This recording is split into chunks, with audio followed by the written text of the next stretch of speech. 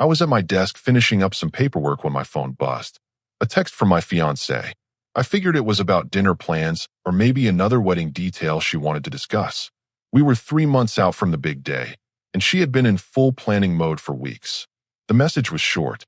Hey babe, spoke to a lawyer today about how assets would be divided after marriage. Just want to make sure we're both protected. I read it twice, then a third time. My coffee went cold in my hand while I processed what I just read. We had never discussed prenups, never talked about lawyers, never had a single conversation about protecting assets or division of property. And here she was, casually dropping that she had already consulted an attorney about how to split my belongings. Not our belongings. Mine. I had bought my house 4 years ago, paid off my truck, built up a decent savings account from working overtime at the construction company. She moved in with me 8 months ago and contributed exactly nothing to the mortgage, utilities, or groceries. But suddenly she was talking to lawyers about asset division. I typed back quickly. Practical thinking. Good to be prepared. I added a smiley face emoji. Kept it light. Kept it casual. But my mind was racing. Why would someone consult a lawyer about dividing assets before even getting married? That is not normal pre-wedding behavior. That is someone planning an exit strategy before they even walk down the aisle. Or worse, someone calculating exactly what they could walk away with in a divorce. I saved the screenshot of her message. Then I opened my browser and started searching for family law attorneys in the area. If she wanted to play chess, I would play chess. But I would be 3 moves ahead. Within an hour, I had an appointment scheduled for the next afternoon with a lawyer who specialized in prenuptial agreements. The reviews said he was thorough and aggressive. Perfect. My fiancée had opened this door, and I was going to walk straight through it with my eyes wide open. That evening, she came home with takeout from Chick-fil-A. She kissed me on the cheek and started talking about centerpiece options for the reception tables. Flowers or candles, what did I think? I nodded along, asking questions at the appropriate moments, acting completely normal. But I kept thinking about that text message, about how comfortable she was consulting a lawyer behind my back, about how she framed it as protecting both of us when I was the only one with anything to protect. She had student loans, credit card debt, and a 10-year-old sedan that barely started on cold mornings. I had equity, savings, and 0 debt outside my mortgage. The math was not complicated, and apparently, neither was her strategy. Over dinner, I tested the waters. So, you mentioned talking to a lawyer today. What made you think about that? She shrugged, stabbing at her salad.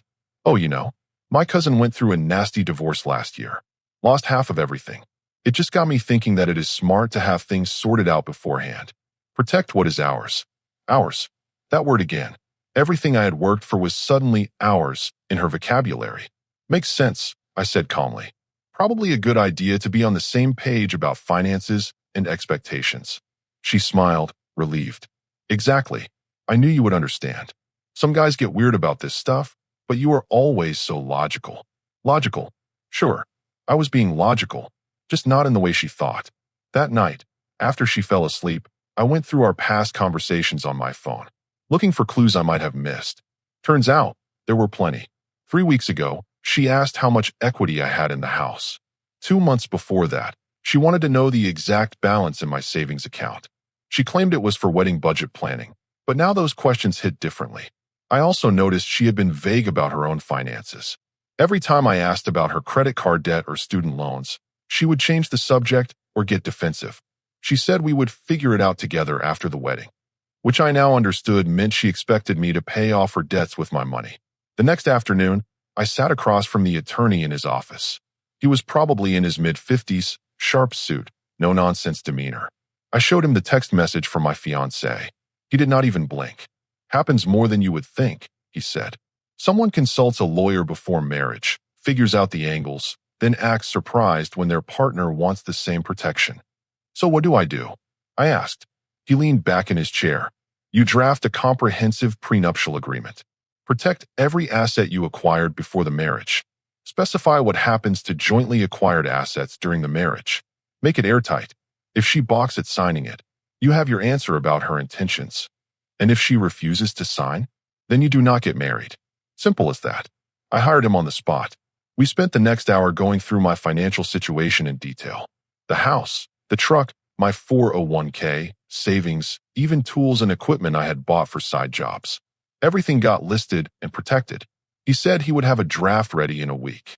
When I got home, my fiancée was on the couch scrolling through wedding venues on her laptop. She looked up and smiled. "How was your day?" "Productive," I said. "Very productive." She had no idea what was coming, but she would find out soon enough. After all, she was the one who taught me how valuable it is to consult a lawyer before marriage. I was just a good student. The next few days, I paid attention to everything. Every comment, every question, every casual suggestion she made. When you start looking for patterns, they become impossible to miss. Friday night, we went to dinner with her parents at Olive Garden. Normal enough. Except halfway through the meal, her mother asked about our plans after the wedding. My fiancé jumped in before I could answer. "Well, we will probably renovate the master bathroom first. Then maybe knock out that wall in the kitchen to open up the space." Her father nodded approvingly. Smart investments. Really increases the home value. I took a sip of water and stayed quiet. She was making renovation plans for my house. Not our house. My house that I bought with my money 4 years before I even met her. And she was discussing it like she already owned half of it. "Those are pretty expensive projects," I said, keeping my tone neutral. "We should probably sit down and budget that out. Figure out how we are splitting the costs." She laughed. Actual laughter. "Splitting the costs? Honey, we will be married. It will all be our money anyway." Her mother smiled at that. Her father raised his glass in agreement. I smiled back and changed the subject to the wine list. But I made a mental note. She expected access to my money without contributing her own. That much was crystal clear now. Saturday morning, my attorney called. The prenup draft was ready faster than expected. I told my fiancé I had to run some errands and drove to his office. He walked me through the document page by page. It was thorough, almost aggressive in how it protected my interests. The house remained my separate property. My truck, my tools, my retirement accounts, all protected. Any money I earned during the marriage stayed mine unless I explicitly added her name to accounts. Debts incurred before marriage stayed with whoever brought them in. And if we divorced within the first 10 years, she walked away with exactly what she came with. Nothing more. "This is bulletproof," the attorney said. "But I will warn you, most people do not react well to documents this comprehensive. She might see it as you planning for divorce before you even get married." She consulted a lawyer first. I reminded him, "I am just following her lead." He smiled slightly. "Fair point. When are you planning to present this?" "Soon. I want to watch her a bit longer first." That night, we had friends over for a backyard barbecue. My buddy Cooper showed up with his girlfriend Hadley. Another couple, Wyatt and Bryn, brought beer. My fiancée played hostess, showing Hadley around the house like she owned the place. "We are thinking about putting in hardwood floors next year," she told Hadley in the hallway. "And eventually we want to finish the basement into a game room." All her favorite words lately. Cooper pulled me aside while I was flipping burgers. "Hey man, can I ask you something?" "Shoot. Does your girl actually contribute to any of these renovation plans she keeps talking about? Because last time we hung out, she mentioned replacing your entire HVAC system. That is like 15 grand. I flipped a burger, watching the flames lick up around the edges. "What do you think?" Cooper whistled low. "Damn. So she is spending your money before you even say I do." "Pretty much. You getting a prenup?" "Already drafted." He clapped me on the shoulder. "Good man. I have seen too many guys get cleaned out because they thought love meant sharing a bank account." Later that week, I suggested we start planning the actual wedding budget in detail. Sit down with a spreadsheet, list everything out, figure out who pays for what. Traditional weddings usually split costs between families, but we were older, established. We should handle it ourselves. She agreed immediately. Too immediately. She pulled out her laptop that same evening, already had a spreadsheet started. The venue was $12,000. The catering was another $18,000. Photography, $6,000. DJ, $3,000. Flowers, $4,000. Dress, $5,000. The numbers kept climbing. "So I was thinking," she said, scrolling through her list. "Since you make more than me, maybe you cover the big expenses and I will handle the smaller stuff. Like invitations and favors." I leaned back on the couch. "How much are invitations and favors?" "Probably around $1,200 total." "And how much are the big expenses you want me to cover?" She added them up. "Around $48,000. I let that sink in. She wanted me to pay $48,000 while she paid $1,200. That is not splitting costs. That is not even close to fair. That is her planning a wedding on my credit card. Counter offer. I said calmly. We split everything 50-50. Down the middle. You pay half. I pay half. Her face changed. The smile disappeared. That is not how couples do things. How do couples do things? They support each other. They do not keep score about money. So I should pay 48,000 and you pay 1,200, and I should not keep score. Is that what you mean by support? She closed her laptop. You are being difficult. I am being practical. You taught me that, remember? When you went to that lawyer. She stood up, grabbed her laptop, and walked into the bedroom. Door closed firmly behind her. Not quite a slam, but close enough. I sat there on the couch, drink in hand, and thought about how fast she dropped the loving fiancé act when money got specific. When I asked her to contribute equally, suddenly I was difficult. Suddenly I was not being supportive. The prenup was sitting in my truck, locked in the glove compartment.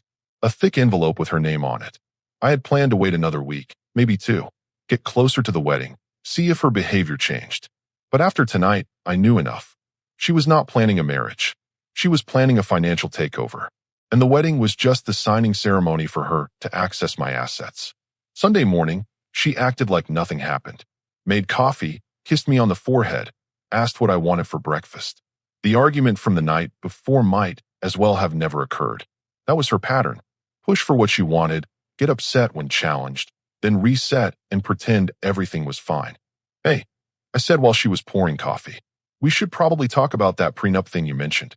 The lawyer you consulted. She tensed slightly. Barely noticeable, but I caught it. What about it? Well, if you think it is smart to have legal protection before marriage, then I agree. So I went ahead and had one drafted. We can review it together this week. The coffee pot shook in her hand. Just a tiny tremor. She set it down carefully on the counter. You had a prenup drafted.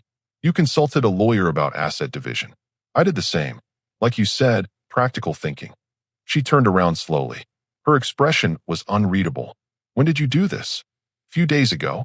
Got it back yesterday. We can go through it tonight if you want. Make sure we are both comfortable with everything. I need to think about this, she said quietly. Sure. Take your time. We have 3 months until the wedding. Plenty of time to review legal documents. She left her coffee on the counter and went back to the bedroom. I heard the door lock. She stayed in there for 2 hours. I finished my breakfast, washed the dishes, and went out to the garage to work on a side project. The prenup was coming out tonight whether she was ready or not. And her reaction was going to tell me everything I needed to know about who I was actually engaged to. That evening, I set the prenup on the kitchen table. 23 pages of legal protection, printed on clean white paper, paper-clipped together. Next to it, I placed 2 pens. My fiancée came out of the bedroom around 6. She had been on her phone for the past hour, probably talking to her mother or one of her friends. Her eyes went straight to the documents on the table. Is that it? She asked. That is it. Have a seat. We can go through it together. She sat down across from me, arms crossed. I slid the document toward her. She did not touch it. Before I read this, I need to know something. Do you not trust me? I leaned back in my chair. You consulted a lawyer about dividing my assets before we even got married. Did that mean you did not trust me? That was different. How? She uncrossed her arms, then crossed them again. I was just being cautious. My cousin's divorce was terrible. I did not want us to go through that. And I am being cautious for the exact same reason. So read the document. Let me know if you have questions. She picked it up slowly, like it might bite her. Started reading the first page. I watched her face. The first few paragraphs were standard legal language, definitions, and terms. She nodded along, seemingly fine. Then she hit page 3. That is where the property provision started. Her eyes narrowed. She flipped to page 4. Then 5. Her jaw tightened. By page 7, she set the document down. This says the house stays yours. Completely yours. Even after we are married. Correct. I bought it 4 years before I met you. It is my asset. But I would be living there. As your wife. You are living there now. As my fiancée. The house does not change ownership just because we get married. She flipped through more pages, speed reading now. And your truck. And your retirement account. And your savings. Everything stays separate. Everything I earned or bought before marriage, yes. That is what prenups do. They protect pre-existing assets. This is not a prenup. This is you making sure I get nothing if we divorce. I kept my voice level. You get what you bring into the marriage. Your car, your belongings, whatever you earn during the marriage. Same as me. That is equal treatment. Equal? You have a house and savings and investments. I have student loans and credit card debt. How is that equal? You are right. It is not equal, which is exactly why I need this document, to make sure that imbalance does not become my problem. Her face flushed. Your problem? I am going to be your wife. My problems become your problems. Your problems become mine. That is what marriage means. Does it? Because when I suggested we split the wedding costs 50-50, you said I was being difficult. When I asked you to contribute to groceries or utilities, you said we would figure it out later. You have been living in my house for 8 months without paying a dime toward the mortgage. So forgive me if I do not believe you actually want to share problems. You want to share my assets. She stood up fast, chair scraping against the floor. I cannot believe you are saying this. I thought we loved each other. Love and finances are two separate things. You taught me that when you went to your lawyer. Remember? Practical thinking. She grabbed her phone off the table. I need to call my mother. Go ahead. But that document does not change. You sign it, or we do not get married. Your choice. She stared at me for a long moment. I could see her brain working, calculating, trying to find an angle. Then she walked out the front door. Did not grab a jacket. Did not grab her keys. Just walked out and got in her car and drove off. I sat there at the kitchen table, looking at the unsigned prenup. Part of me hoped she would come back ready to have an honest conversation. The other part knew better. She did not come back that night. Sent me a text around 9 saying she was staying at her parents' house. Needed space to think. I texted back a thumbs up emoji and went to bed. The next morning, I got a call from her father. That was new. We had a decent relationship, but he had never called me directly before. Son, can we talk? Sure. What is on your mind? My daughter is very upset. She says you are forcing her to sign away her rights. I took a breath. Did she mention that she consulted a lawyer first? About dividing my assets after marriage. Silence on the other end. Long silence. She did not mention that part, he finally said. Well, she did. Send me a text about it. Very casual. So I did the same thing. Got my own lawyer. Had a prenup drafted. Now she is upset that I want the same legal protection she was seeking. More silence. Then, can I be honest with you? Please. Her mother and I have been worried about her spending habits for years. She has never been good with money. We have bailed her out 3 times. Credit cards, car payment, rent when she was in her own place. We love her, but we know she is not financially responsible. I did not say anything. Let him keep talking. When she told us she was engaged to you, her mother was relieved. She said you have your life together. Stable job, own your home, no debt. I think she saw you as a solution to her money problems, not as a partner. And what do you think I should do? I asked. I think you should protect yourself. If she really loves you, she will sign that paper. If she does not sign it, then you have your answer about what she actually wants from this marriage. Thanks for being straight with me. Take care of yourself, son. You seem like a good man. You deserve better than being someone's retirement plan. He hung up. I sat there on my couch, coffee going cold in my hand. Her own father just confirmed what I already suspected. She was not marrying me. She was marrying my financial stability. That afternoon, I went to Home Depot to pick up supplies for a deck repair. Ran into Wyatt in the lumber section. He took one look at my face and asked what was wrong. I gave him the short version. The text message, the prenup, her reaction, her disappearing act. Where is she now, he asked. Her parents' house. Been there since last night. And has she agreed to sign? Has not even agreed to read the whole thing. Wyatt grabbed a pack of deck screws from the shelf. You know what is going to happen, right? She is going to come back with a counteroffer.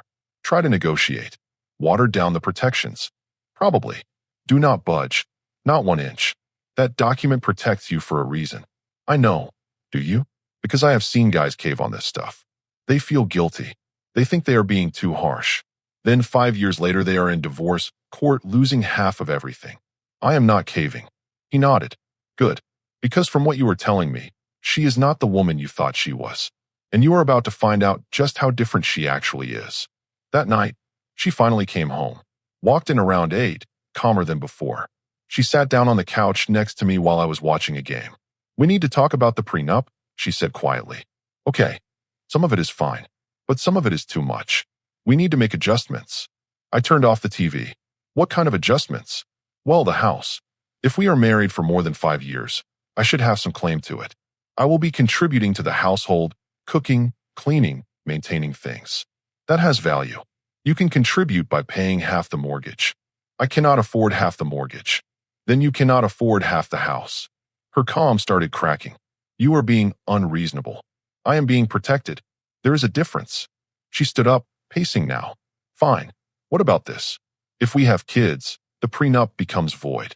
Because then we are a family and families do not operate on legal contracts. Hard no. Kids do not erase legal protections. Then what am I supposed to do? Just sign away any security I might have. You will have security. Your job, your income, your ability to take care of yourself. You know, like an adult. She stopped pacing, looked at me like I just slapped her. I cannot marry someone who sees me as a financial liability. And I cannot marry someone who sees me as a financial opportunity. We stood there, 10 feet apart in my living room, staring at each other. The woman I proposed to 6 months ago felt like a stranger now. Or maybe I was just finally seeing her clearly for the first time. I need more time, she said. Take all the time you need.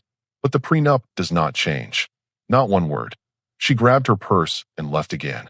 This time I knew she was not coming back tonight. 3 days passed. She stayed at her parents' house. We exchanged maybe a dozen texts total, all logistical. She needed to pick up clothes. I told her when I would be home. She came by while I was at work, grabbed a suitcase worth of stuff, and left. Friday evening, she finally called. Can we meet somewhere neutral? Talk this through properly. Sure. Where? That coffee shop near the Target. 7 o'clock. I got there first. Ordered black coffee. Sat at a corner table. She arrived 10 minutes late. Sunglasses on even though the sun was setting. She took them off when she sat down. Her eyes were red. I have been doing a lot of thinking, she started. And I talked to my own lawyer again. Showed him your prenup. Of course she did. What did he say? He said it is one of the most one-sided agreements he has ever seen. He said it basically treats me like a tenant, not a spouse. What did you expect? You went to a lawyer first asking about asset division. I protected myself. Cause and effect. She leaned forward. But I did not actually draft anything. I just asked questions. You went nuclear. You consulted a lawyer about dividing my property before even marrying me. That is not just asking questions. That is planning. And what are you doing? You are planning for divorce before we even get to the altar. I took a sip of coffee. No, I am protecting what I built. If you loved me for me, this document would not matter. You would sign it, and we would move forward. But you do not want to sign it. Which tells me you loved what I have, not who I am. Her voice rose slightly. That is not fair. I love you. I want to build a life with you. But this prenup makes me feel like you are preparing to throw me away at the first sign of trouble. Then why did you go to a lawyer first? I told you. My cousin's divorce. Your cousin's divorce has nothing to do with us. Unless you were already planning an exit strategy. She stood up. I am not doing this here. Come outside.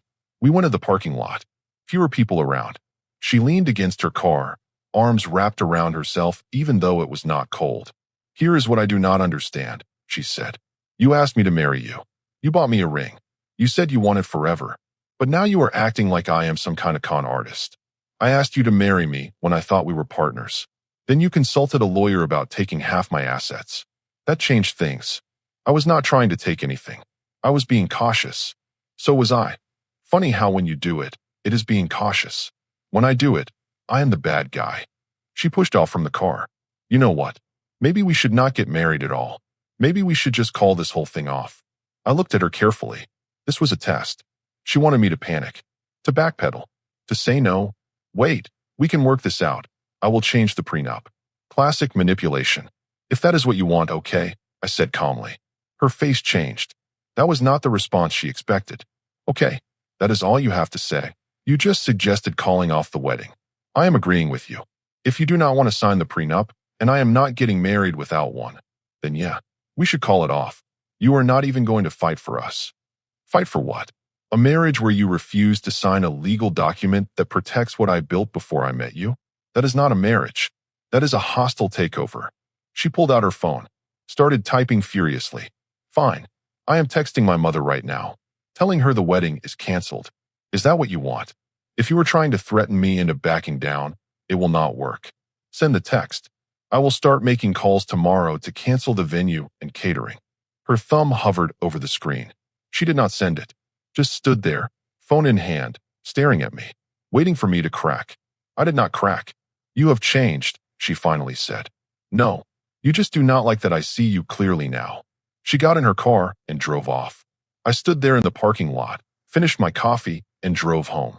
When I walked in the door, I called the attorney.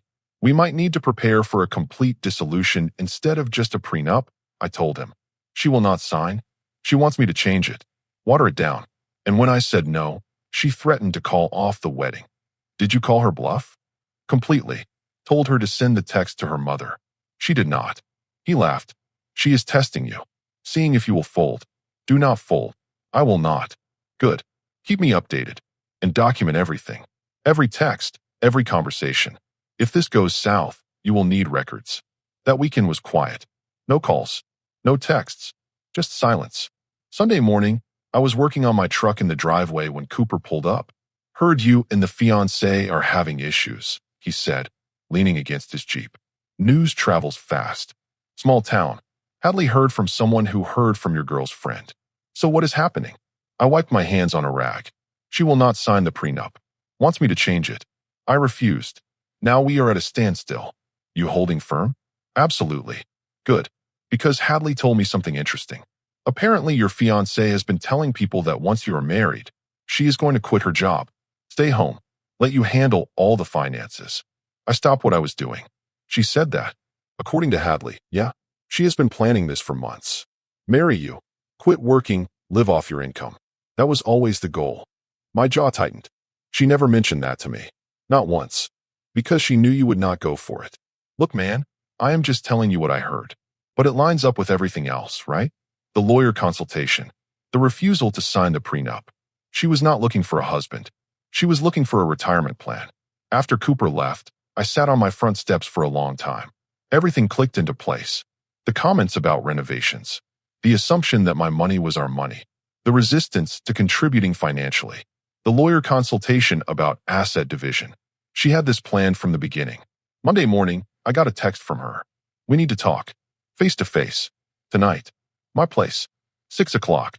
Fine. She showed up exactly at 6. No suitcase this time. Just her purse and a folder. We sat at the kitchen table again.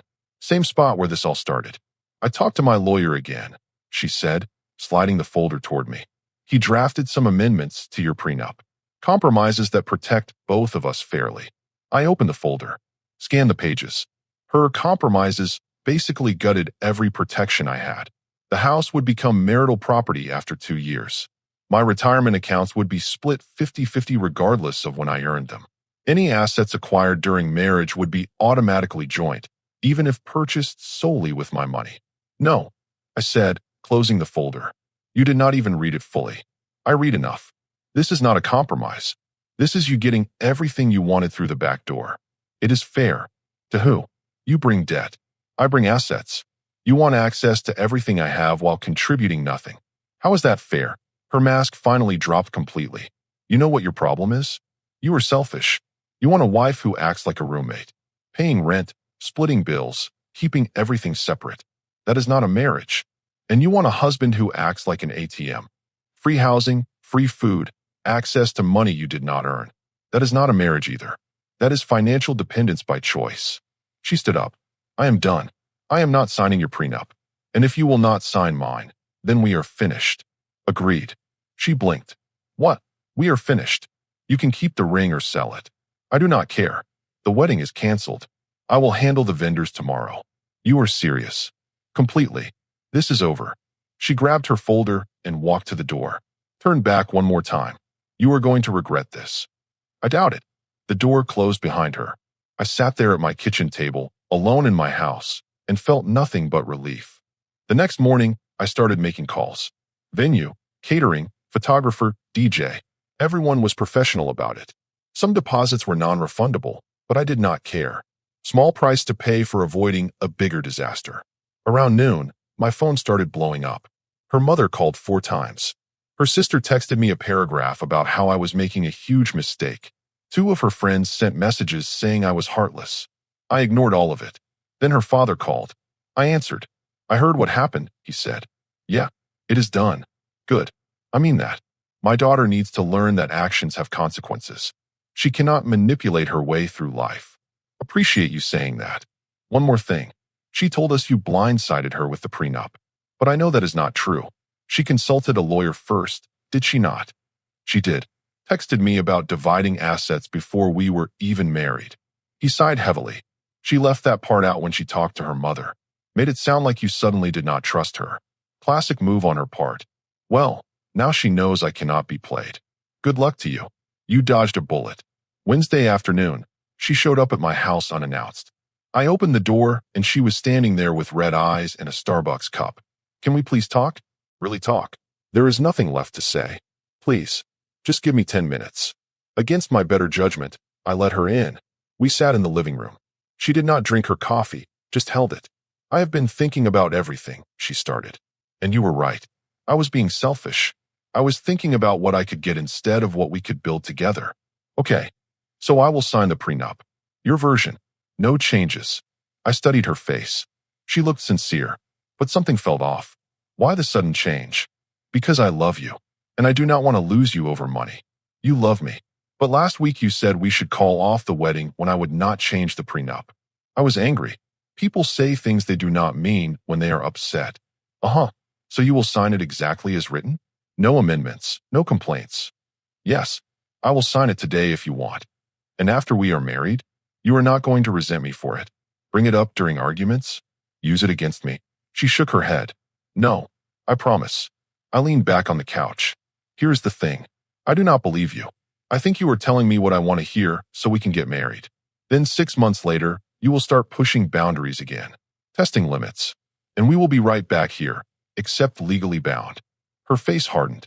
So that is it. You do not even want to try. Try what? You showed me exactly who you are. Someone who consults lawyers about taking my assets. Someone who expects me to fund your entire life. Someone who only agreed to the prenup when you realized I was serious about walking away. That is not love. That is strategy. She set down her coffee cup. You are right. You want to know the truth? My lawyer told me that once we were married, even with a prenup, I could still get something in a divorce. Especially if we had kids. So yeah, I was going to sign it and then figure out workarounds later. There it was. The actual truth. Thanks for being honest, I said. Now get out. Wait, I did not mean. Yes, you did. And now I know for sure I made the right call. We are done. Permanently. She stood up, grabbed her purse. You are going to end up alone. You know that, right? No woman is going to put up with your paranoia. Better alone than robbed. She left. I locked the door behind her and felt the weight lift off my shoulders. It was over. Actually over. That evening, I sat on my back porch with a beer, watching the sun set. My phone buzzed. A text from Cooper. Heard she came by. You good? Better than good. She admitted she was planning to find loopholes in the prenup after we got married. Damn. Glad you found out now. Me too. I finished my beer and went inside. The house was quiet. My house. My rules. My peace. And I was keeping it that way. 2 weeks after everything ended, I was at Home Depot picking up lumber when I ran into Wyatt and Bryn. They were shopping for kitchen cabinet hardware. Hey man, Wyatt said, shaking my hand. How are you holding up? Honestly, never been better. Bryn smiled. We heard what happened. Good for you for standing your ground. Yeah, turns out she admitted she was planning to exploit loopholes in the prenup after we got married. So I dodged a major financial disaster. Wyatt whistled. She actually said that out loud? Sure did. Thought she could still manipulate me into taking her back. When I refused, she told me I would end up alone. Better alone than broke, Bryn said. Trust me, my brother went through something similar. Lost his house, his truck, half his retirement. All because he ignored the red flags. We talked for a few more minutes, then I headed home. The house felt different now. Lighter. No tension hanging in the air. No eggshells to walk on. Just my space, my rules, my life. That weekend, Cooper came over to help me finish the deck repair. We worked in comfortable silence for a while. Then he asked the question I knew was coming. Any regrets? None. She showed me who she was. I just paid attention. Most guys would have caved. Changed the prenup. Convinced themselves it would work out. Most guys end up in divorce court wondering what happened. He hammered in another board. So what now? Dating apps. Hitting the bars. Now? Nothing. I am focusing on me. Work, house projects, maybe take that fishing trip I have been postponing. No rush to jump into anything. Smart move. A month later, I got a text from an unknown number. Turned out to be her friend Mackenzie. She said my ex was telling people I had been emotionally abusive and controlling, that I forced her to sign legal documents and threatened her when she refused. I screenshot the message and sent it to my attorney. He replied within an hour. Let her talk. You have documentation of everything. If she escalates to defamation, we can respond legally. Otherwise, ignore it. So I ignored it. Blocked the number. Blocked her on everything. Moved on completely. 3 months after the breakup, her father called me one last time. Just wanted to let you know, she got engaged again. Some guy she met online. They have been dating 6 weeks. Good for her. He does not know about you. She told him she was single for 2 years. Not my problem anymore. Fair enough. Take care of yourself. I hung up and went back to watching the game. Her choices were not my concern. My life was peaceful. My finances were protected. My future was mine. 6 months later, I was at a barbecue when someone asked if I was seeing anyone. Nope. Still single. Does that bother you? I thought about it. Genuinely thought about it. No. I would rather be alone and respected than partnered and taken advantage of. Turns out peace of mind is worth more than companionship with the wrong person. They nodded. That is mature thinking. No, that is survival thinking. I learned the hard way that some people see relationships as transactions, and I am not interested in being anyone's retirement plan ever again. Looking back, that text message about consulting a lawyer was the best thing she ever did for me. It showed me her true intentions before I legally bound myself to her. Before kids. Before joint accounts. Before I lost half of everything I worked for. She thought she was being smart. Turns out, she just taught me to be smarter. And I am grateful for that lesson.